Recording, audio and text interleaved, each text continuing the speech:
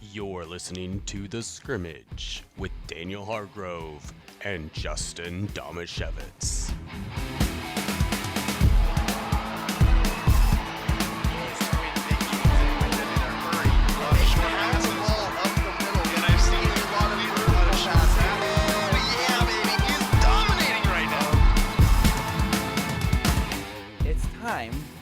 Justin's favorite part of the show and the bane of my existence. Say it. Should I say that like Say it. Bane?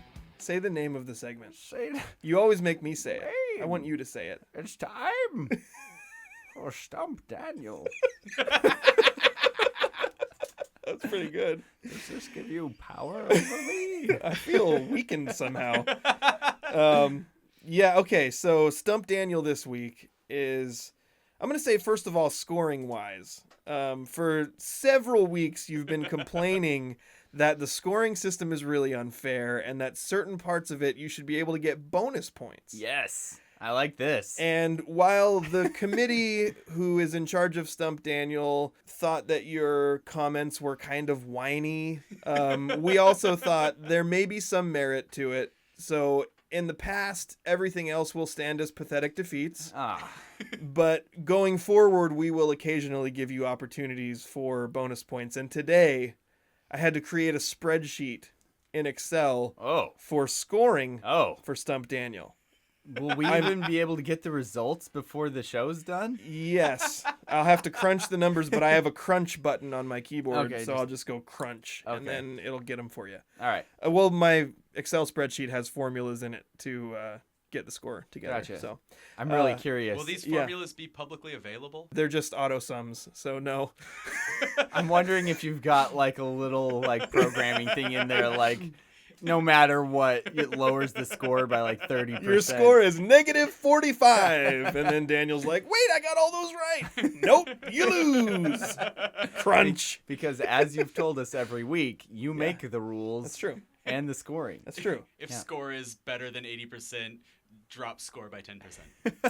So this week's Stump Daniel comes from CBS Sports. Okay. They came out with a list. They asked all their experts. They came out with a list of the top 15 shooters in NBA history. And I'm just going to read you the first couple of paragraphs to give you their criteria. In history. In NBA history. Gotcha. Okay. Although remembering that we are in the shooting era now. It's going to be heavily. There is some recency bias in it, but also I think probably just more developed shooters now than there ever have been before. Yeah. But there's some older guys in it too. I can think of a couple. So their criteria says shooting is a deceptively complicated act. While the fundamental idea of putting an orange ball through a white net is universal, the methods players use do vary widely. The extreme stylistic contrast springs out of a 9-inch height difference between some of these guys, yet they both fit comfortably under the greatest shooters ever umbrella. So you're seeing already there's that's a little hint. There's guys of all different sizes and abilities here. Yeah.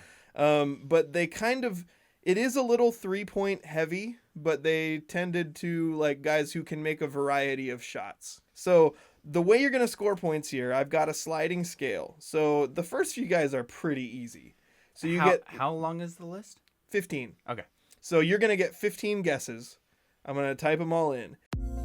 Do you have a legal situation and need someone on your side? Let the law office of Jeffrey A. Damasiewicz be your advocate. If you've been the victim of medical malpractice, suffered a personal injury, or need representation with real estate law, small business law, or estate planning, let Jeff Damasiewicz put his 29 years of experience to work for you. Call Jeff Damasiewicz today at 360-612-3991 or visit damasiewiczlaw.com. That's DAMASIEWICZLAW.com.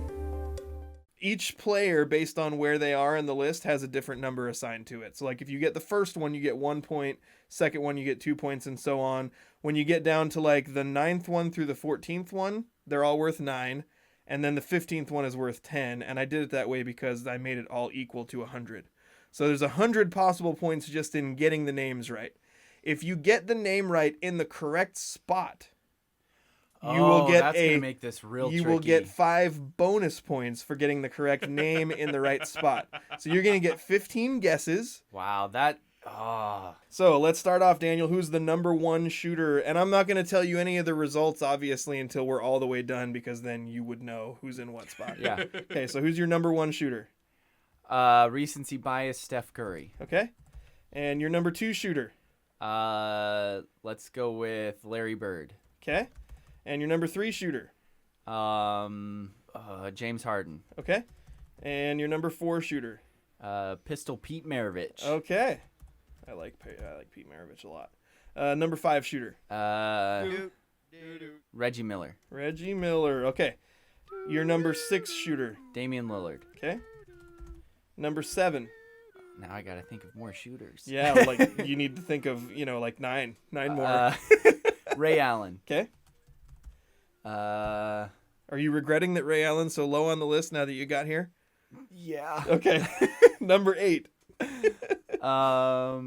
Steve Kerr. Okay. Number 9. Oh, Kyle Korver. Number 10. Dirk Nowitzki. Number 11. Klay Thompson. I know him. Andrew Brown. Andrew's favorite basketball player, Klay Thompson. Number 12. Oh. You got 4 more. These ones are a lot tougher. The Yeah. last 4 are a lot tougher. I was wondering what, does the sample size have to be large or young players? It is mostly with a large sample size. Okay.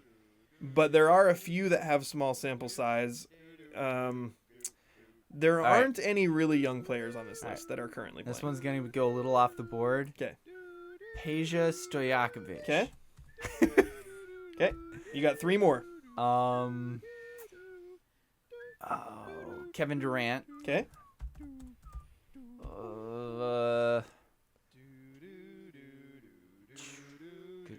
Good shooters. I feel like I put Kyle Korver way too high on the list.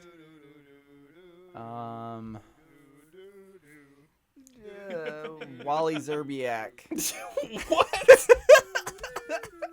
That's you're not getting any points for that one. Oh no, that was a name that I could think of. Oh gosh, I'm gonna get hammered. Number on Facebook for 15. This one. This guy, number 15, was drafted by the Blazers. Uh-oh. That's no good at all. You know what I just did to Wait. him? I made his brain explode. Wait, I've been thinking 3-point shooters this whole time. But that's not necessarily the case, right? It seems to be weighted towards 3-point shooting, but they give credit for being able to make a variety of shots. Michael Jordan. Okay? That's 15. That's 15? That's 15. I put Michael Jordan at 15. After you said that he was...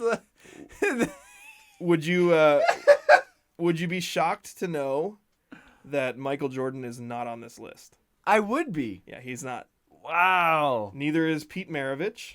What? Okay, then I have a serious issue with this list. Pete Maravich is one of the best pure shooters of all time.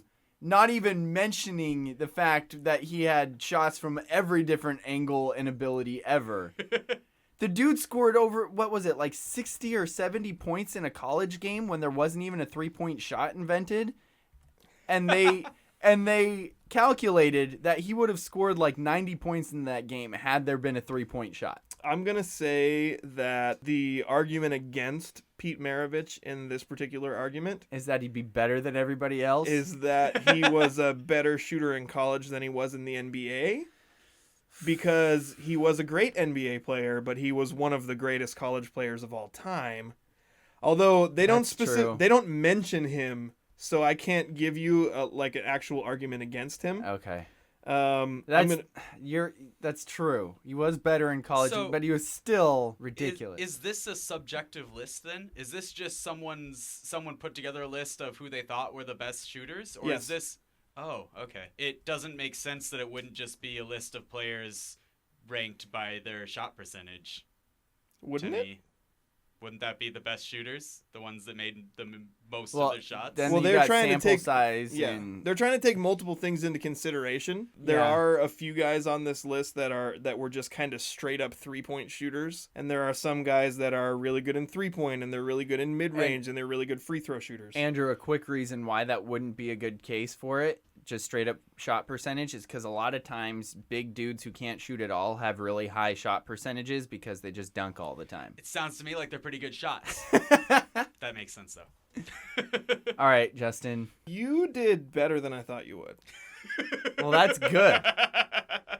Did I'm I gonna- get any at the correct spot? You Because did. I was not thinking about, really, I was just trying to name good shooters. You got 3 in the correct spot. Wow. Yes! That's 15 bonus points. It is 15 bonus I points. was surprised. Not only did you give me bonus points, but 5 extra bonus points. Yeah, I'm gonna level with you. I didn't think you'd get that many. And a couple of the ones that you got in the right spot are a little odd. Like maybe one of them was even a little lucky, but Maybe. That's all luck. you got Curry. He's number 1 on the list. Okay. The number 2 spot where you had Larry Bird is where they voted Klay Thompson. So they think that both of the greatest shooters of all time Yes, are playing on the same team together. they're correct actually. Also, when I first learned Get about outta this here. list, when I first learned about this list, I was listening to the Dan Patrick Show, and they teased it without saying any of them.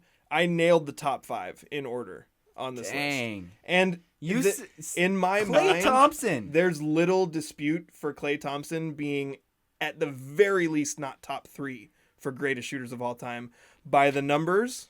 Andrew loves it just because Go it's the only Cougs. one he knows. Yeah, but really, there could be argument for Ray Allen being ahead of Klay Thompson because of he was kind of ahead of the game as far as being a high volume 3-point shooter. And some people would definitely make the argument for Larry Bird in the spot that you picked him as well. Klay Thompson benefits from playing in an era where 3-pointers are more acceptable. Yes, and you also can't get clobbered in the face in every game that you play in. Yeah, that's true. Yeah. All those things are true. Yes. So they had Klay Thompson number 2.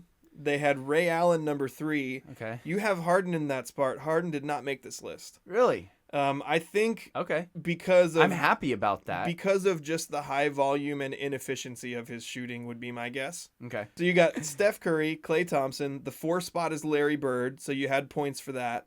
You had Maravich in that spot, who's not on the list. Number 5 is Reggie Miller. You had Reggie Miller in Nice. 5, so that was where you got some bonus points. Yes. Number 6 is Kyle Korver, who you got correct, but you have him in the 9 spot, and you thought you put him too high. I did. Yeah. Okay, number 7 on the list, and this is the one I'm most disappointed you didn't get. Uh-oh. Steve Nash. Oh, I'm disappointed in myself. Yeah. Yes. You know, and Steve Nash is an love interesting Steve one Nash. because he's a member of the 50-40-90 club. There's only 8 guys in NBA history who have made in a whole season 90% of free throws, 50% of field goals, 40% of three-pointers, and Steve Nash is one of them. Kevin Durant is number 8, which you got. Sweet. Durant and the number 9 guy, which is Dirk Nowitzki, Yes. are the 2 guys that are like the 7-foot guys who were great shooters. Yeah. And then number 10 on the list, and you did get the points for this one, is Steve Kerr. Yes. They've got number 11 as JJ Redick, which my mouth burns when I say that name because he's a ew. dookie. No. I'm not even going to talk about him at all. Ah. Number 12. Not only did you get this one, Ooh. you got it in the right spot. Peja Stojakovic, Yes. who some people might remember from the 90s, mostly from his days with the Sacramento Kings, was another pretty tall guy who could shoot from the outside really Yeah. well. Was an excellent player. He was. I viewed him as Kyle Korver before Kyle Korver, but I think he was better. He was a little more versatile I think it was offensively. more. Yeah. Yeah. Number 13 is Mark Price, which was Okay. a name I was only semi-familiar with, and I had to look up to find out that he spent most of his good years with the Warriors in the 90s. Excellent three-point shooter. Then you got Chris Mullin, number 14 on the list. Okay. Another guy with great versatility. Yeah. So mid-range, outside free throws.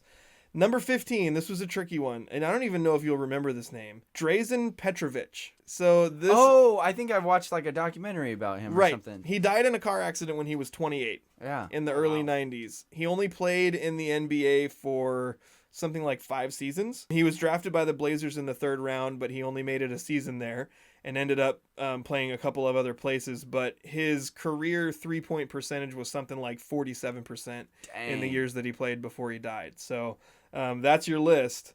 Now, are you curious about your score? I am really curious. You only missed... So you said I got, what, 9? Did I get 9 correct? You missed Nash, Redick, Price, Mullen, Petrovic. Okay, so I got 10. So you got 10 right. And I got 3 bonus. And you got 3 bonuses. So out of the ones that you got correctly, the 10 that you got correctly, you got 56 points. Because you got all of the top 6, and those were all kind of lower numbers. You did get the points for Durant was 8 points, Nowitzki, Kerr, and Stojakovic were each worth 9. So that's where you made your money. You got 56, but then when you add your 15-point bonus, you have a 71. Which is Passing like grade. a C-. That's a passing grade. I Yes. mean, we're grading on a curve here, but that's a C in any book. Yes! I passed! Congratulations. That's the first time I passed in a long time. You did better than I thought you were going to. So that was Stump Daniel. You did a good job. You did a good job today. Thank you to the law office of Jeffrey A. Damasiewicz for sponsoring this segment and bringing it to us. And congratulations to Daniel on your C-.